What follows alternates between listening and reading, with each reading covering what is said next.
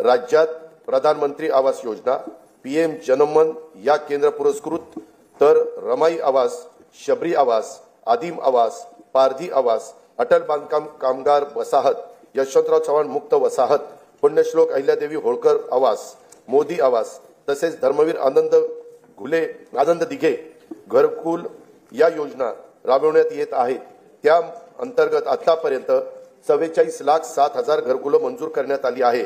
प्रधानमंत्री आवास योजना ग्रामीण टप्पा 2 अंतर्गत सन 2024-25 करता 20 लाख घरकुलांच्या उद्दिष्टापैकी सुमारे 18,38,000 घरकुलांना मंजुरी दिली असून 14,71,000 लाभार्थींना पहिल्या हप्त्यासाठी 2,200 कोटी रुपये वितरित करण्यात आले आहेत।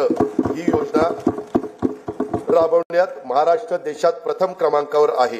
लोकप्रतिनिधी आणि लाभार्थींच्या मागणीला प्रतिसाद म्हणून राज्य सरकारकडून या योजनेच्या अनुदानात 50,000 रुपयाची वाढ करण्यात येणार आहे। या सर्व घरकुलांच्या छतावर सौर ऊर्जा संच देखील बसवले जाणार आहेत। प्रधानमंत्री आवास योजना शहरी 1 अंतर्गत 4,42,748 घरकुलं मंजूर असून त्यापैकी 2,08,304 घरकुलांचे बांधकाम हे पूर्ण झाले आहे। घरकुलांचे बांधकाम 31 डिसेंबर 2025 पर्यंत पूर्ण करण्यात येणार आहे।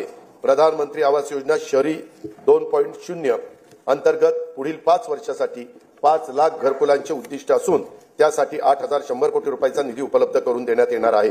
नाविन्यपूर्ण बांधकाम, तंत्रज्ञानाचा वापर, हरित इमारती आणि सौर प्रणालीच्या वापरासाठी अधिकचे अनुदान देण्यात येणार आहे।